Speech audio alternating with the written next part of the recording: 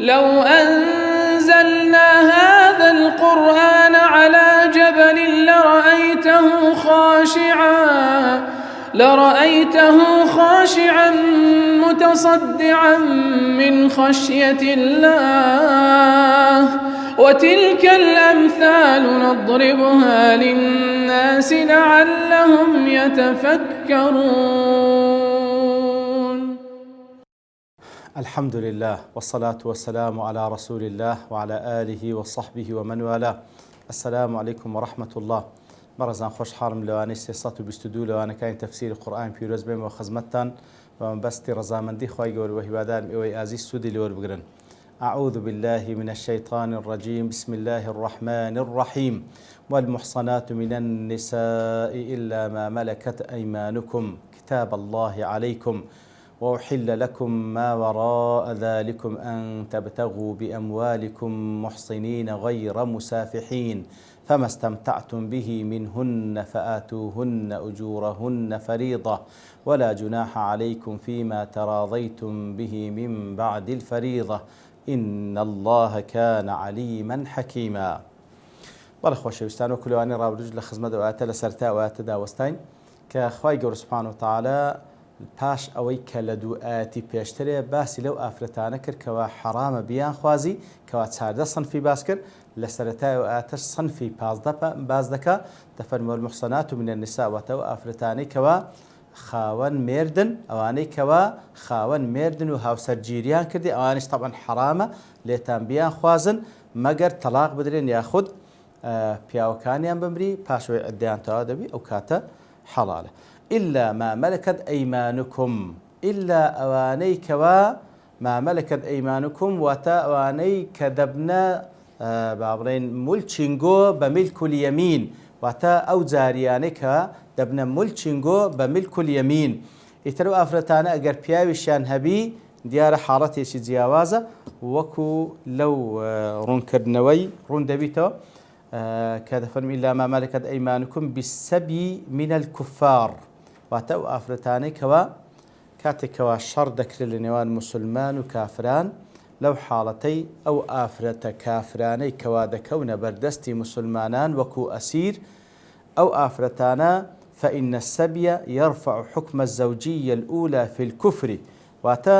ئەو ئافرەتانەی کەوا ئافرەتی بێباوەڕان دەکەونە بەردەستی مسلمانان لەو حاڵەتەی ئەگەر خاوەن مێردیش بی مادام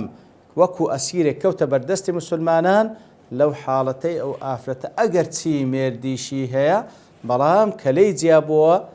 ئەوە بۆ ئەسیر لە بەردەستی مسلمان لەو حاڵەتەی نیکاحەکەی لە پیاوەکەی هەڵدەوەشێتەوە ئەو پیاوەی کەوا خاوەنیتی دەکرێت با بڵێن تەعاملی ژن و مێرداتی لەگەڵ بکاوکو لەو حەدیثێکەوە لە ئیمامی مسلم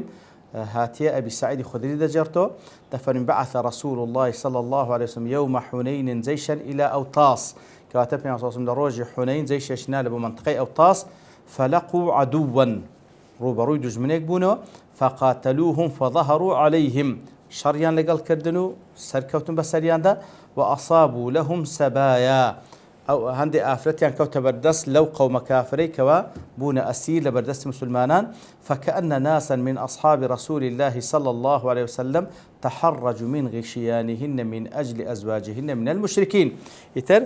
هندي لواني كوا لصحابي بيان صلى الله عليه وسلم كوا أو آفرتانيان بو قسمت حرزێکیان هەبوو نەدەسون لای ئەو ئافرەتانە لەبەر ئەوەی ئەو ئافرەتانە مێردیان هەبوو لە ناو مشریکەکان کەوا طبعا لەوێن دەرێ مابوونەوە فأنزل الله عز وجل في ذلك إترأوات دابزي والمحصنات من النساء إلى ما ملكت أيمانكم أي فهن لكم حلال إذا انقضت عدتهن كواتا لو آتيك دابزي أو جوكو لرون كرنو كيد فرميتن كواتا أو آفرتان باشو كواتا كون بردستي مسلمانان ئەگەر چی پیاویشیان هەیە و مێردیان هەیە لەناو مشریکەکان لەو حاڵەتەی کە کەوتنە بەردەست مسلمانان و طبعا تەوزیع دەکرێت وەکو غەنیمە ئەوجا ئەو ئافرەتی کەوا دەکەوتە لای هەر پیاوێک پاش ئەوەی کەوا عیددەی تەواو دەبی بە چ عیددەی تەواو دەبێتن وەکو بڵێ کە لەو پیاوەی کە جیا بوویتەوە وەکو تەلاقی لێ دێتن ئیتر عیددەکەی ئەوەیە کەوا جارێک بێنوێژ بی کە خاوێن بووە لەو حاڵەتەی حەلالە لە بۆ پیاوەکەی خاوەنەکەی بچیتە لای طبعا حتى وكو أو بابة زور قصيدة سكراء وكو زانا دفن فإن سبي الزوج معها فحكم الزوجية باقي أجر أو آفرة بخوب بياوكي كتنا بردست مسلمانا لو حالتي ليك زيانا كرينوا عين جنوميردن لقال يكتري ناشكري كسيش كأجر سيد ابن عبد زارية بلام ناكري بياوكي ياخذ خاونكي بيت لاي كواتلير دا أو حكمات تايبة بو آفرتاني كوا لحرب لقل كافران دكون بردست مسلمانان مێردیشان هەیە لەناو مشتریکەکان ئەوجا دەمینێنەوە لێک زیادە کرێنەوە بە جیابوونەوەیان و بەبوونە ئەسیر لە بەردەست مسلمانان حکمی زەوجیەی وان هەڵدەوەشێتەوە ئیتر لە بەردەستی ئەو پیاوەکەوا دەبیتە خاوەنی لە بۆی هەیە وەکو چەند جارش باسمان کردێ کە ئیسلام تەنزیمی ئەو بابەتەی کردێکەوە پێشی هاتنی ئیسلام ئەو ئافرەتەیکەوا دەبووە جاریە ئیتر عرض دەکرا و یاخود هەموو کەسێک دەسوەلای هیچ حدودێک نەبوو لە بۆ تەعاملکردن لەگەڵی بەڵام ئیسلام هات تەنزیمی کرد لە تەعاملکردن لەگەڵی لە هەڵسوکەوتکردن لەگەڵی لە با بڵێن تەعاملێکی ئینسانی و هەروە ئەو پیاوەش لە بۆی حەلال بوو کە وەکو خێزانێک تەعاملی لەگەڵ بکات کەواتە تەنها ئەو ئافرەتانە کە مێردیان هەیە حرامە بیان خوازن مەگەر ئەو ئافرەتانە کافر بن کە کەوتنە بەردەست مسلمانان پیاوەکەشی لەگەڵی نەگیرێ بمینێتەوە بە جیرانی یاخود بە ئەسیربوون لە بەردەست مسلمانان ئەو حکمی زەوجەکەیان هەڵدەوەشێتەوە لە بۆ خاوەنەکەی هەیە کە بستە لای بەو شێوەی تەعاملی لەگەڵ بکە. كتاب الله عليكم إتر أواني كخواي جور بياني كر أو خواي جور لسر إيمي نسيته كتاب الله كتبه الله عليكم خواي جور لسر إيمي نسيته فرض كرديو وكو شريعتك أو آفرتان ليتان حراما كوا لخلال أو سيئات باسكرا وأحل لكم ما وراء ذلكم لا باشي أوانا باش أوانا باسكرا إتر أواني تلوتان حلال بيان خوازن پاش ئەو سنفانێکەوە باس کران کە خوای گەورە فەرمووی لێتان حرامە ئیتر ئەوانی تر لێتان حەلالەکەوە بیان خوازن ئەوجا لێرەدا لە قورئانی پیرۆز باسی 15 سنفی کردێ لەو سنفانێکەوە حرامە بیان خوازین لە غەیری ئەو 15 سنفین دەفەرمی ئەوان کە لێتان حەلال بەڵام لە سنت هەندێکی تریشی باس کردێ وەکو دەفەرمیتن وأحل لكم ما وراء ذلكم عام مخصوص بمحرمات أخر دلت عليها دلائل أخر كواتا أو لفظ عامة تخصيص كرا وكل أصول فقه باز ذكرتن أو لفظ عامة تخصيص كرا تايبت كرا بهنديك آفرتي تلك وعين لتان حرامة ك باز كرا لو أنا ما صح عن النبي صلى الله عليه وسلم النهي عن الجمع بين المرأة وعمتها أو خالتها كواتا يقلو صنفاني كوا لمن حرام بيت قال أو باز صنفي أو كوا بين صوت من الحديث الصحيح هذا فرمي نابي أتوكتيك بخوازي بلشي شي بخوازي بيكي هوي أو زبلشي عمته خالت كواتا بلشي نابي خشي دايشي ياخذ خشي بابي وافرته ببيتهوي او افرته عيني بنص حديث بين صلى الله عليه وسلم حرامه وهو نكاح المعتده وهو او افرتك لعدده او زبيا وكيمر دي لعدده ياخذ طلاق دي لعدده طبعا ايش حرامه من كان في نكاحه حره لا يجوز له نكاح الامه من كان في نكاحه حره لا يجوز له نكاح الامه واتا بياويك جني خوي هبي ناكري بتي آفرتك بخوازي كوا عبد بي أوش حرام لي القادر على الحرة لا يجوز له نكاح الأمة ونكجنيها بتوانيها بجن بيني آفرتك حر بيني نابي لبوي بتي آفرتك زارية بيني من عنده 4 زوجات لا يجوز له نكاح خامسة أو يتارجنيها بي نابي بينزن بخوازي الملاعنة فإنها محرمة على الملاعن أبدا وهروها كاتكوا بيا وافريت ملاعنه لقال يكتري كرديا ملاعنه لقال يكتري كرديا وكوديا لسوره النور كبشتوان اخواي جورك جيشن اللي وين ذات الروين دكنو بياويك اتهامي خزانكي خوي بك بزنا دسنا لا حاكم شكايتي اللي دكاتن صار زار سوين دخواك بتساي خوي ديتيتي او جنيوي زنا دكاتن وبنزامين زاريج دلتن لعنتي خوام ليبدا اگر دروي دكم افرتكي دينن اگر اعترافي كر او حد لسرد الذكر اگر اعتراف شنكر او اوجد بتسار زان سوين بخوا كبياوكي دروي دكاتن بنزامين زار لسوين دكاي دري غضبي خوام لسربي اگر بياوكم رازقو لو حالتي حد لدرناكره بظاهر حكمي لسرد دري لو حالتي كمادام اتهامي يكتري دكن تفريق ذكر لنيوانيان بيان دغوتري متلاعنين او بياو افرتي كواغيشت او حدي حاکم لە نێوانیان جیایانی کردەوە بە هیچ شێوەیەک لە بۆی نەجارشکە بیخوازیتەوە کەواتە ئەو حاڵەتانەیە بێجگە لە ئەو 15 حالەتەی کەوا لە قورئان پیرۆز باس کرا لە غەیری ئەو 15 حالەتە و ئەو حالەتانی کە باسمان کرد وأحل لكم ما وراء ذلكم لە دوای ئەوانە لە بۆتان حەلالە ژن بخوازن ئەن تەبتەغوا بئەموالیکم محسینین غەیرە مسافحین لە بۆتان هەیە ئەوجا غەیری ئەوانەی کەوا باس کرا لە حرامەکان لە بۆتان هەیە ژن بخوازن بە ماڵ کە مارەیی بدەن محسینین غەیرە مسافحین واتە ماڵ بدەن وەکو مارەیی وەکو مەهر لە بۆ ئەوەی کەوا محسینین لە بۆ ئەوەی کەوا خۆتان ئیحسان بکەن واتە خۆتان بپارێزن لە زینا وەکو وتمان محسین لە حسنەوە هاتیە حسن واتە قەڵا لە بەرەوەی وەکو وتمان زەواج قەڵایەکە ئینسان دەپارێزی وەکو پیا وەکو ئافرەت ئیتر لە بۆتان هەیە ئافرەتانی تر بخوازن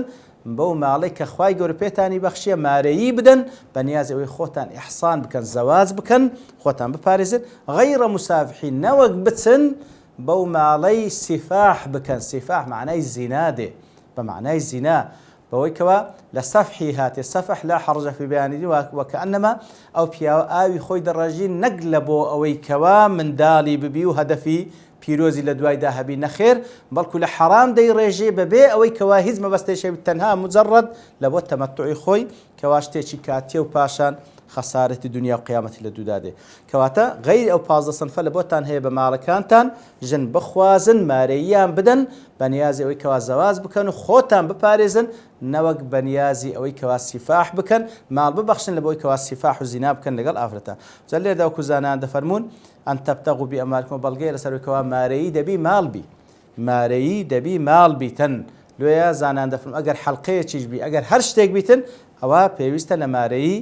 باس لا مالك بكري والله أعلم فما استمتعتم به منهن فآتوهن أجورهن فريضة فما استمتعتم به منهن إتر هل يقلو آفرتان كوا خواستتان استمتعتم به منهن واتتمتعتان لقل كر كلا حرج في بيان دين بياو لقل آفرت طبعا بحلالك دبتخي زين تمتع بياو دكواتا خوشي لقل دبيني ئیتر فەئاتوهن ئوجورهن فەریضە واتە ئەو ئافرەتەی کەوا مارەتان کرد و گواستتانەوە وەکو فەرزێک دەبی مارەیەکەی بدەیت کەواتە ئەگەر تەنها مارەت کرد وێشتانت گۆستیتەوە جارێ فەرز نییە مارەیەکەی بدەیت لەوانەیە ئەو مارەیەتێک بسی لەوانەیە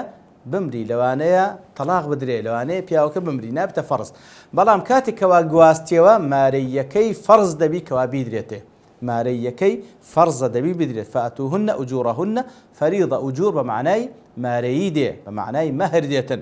مارەیەکەیان بدەنێ بە فەرز بیان دەنێ ولا جناح عليكم فيما تراضيتم به من بعد الفريضة هیچ گوناحتان لەسەر نییە طبعا بە فەرز دەبی مارەیەکەی بدرێتێ ئەو جا دەفەرمی هیچ گوناحتان لەسەر نییە ئەگەر لە بینی خۆتان ڕازی بوون لە دوای ئەو فەرزە یعنی چەند ئیتفاقتان کردێ لە مارەیەکەی بەڵام دواترێ ئیتفاقتان کرد و یاخود سڵحتان کرد و یاخود لەگەڵ یەکتری لەسەر ئەو مەسەلەیە هەوردوو لە ڕازی بوون کەوا زیاتری بدەیە یان ئەو تەنازول لە حەق خۆی کرد ئەوە هیچ گوناحتان لەسەر نە لەسەر پیاوەی نە لەسەر ژن إن الله كان عليما حكيما بەبێ گومان خوای گەورە سوبحانه وتعالى ئاگادارە بە هەموو شتێک و حەکیمیشە هەموو شتێک لە جێگای خۆی باز دەکات طبعا لێرەدا ئەوە یەک لەو بەڵگانەی شیعەکانەکەوە متعەی پێ حەڵال دەکەن دەڵێن لەبەرەوەی فەئاتوهن ئوجورهن فەریضە واتە حەقەکانیان بدەن پاشێکەوە فەمەستەمتعتم به منهن تەمەتوعتان پێ کرد چەند ڕۆژێک یاخود هەفتەیەک یاخود چەند فترێک حەسەب ئیتیفاق ئەوجا ئەجرەکەی بدەیە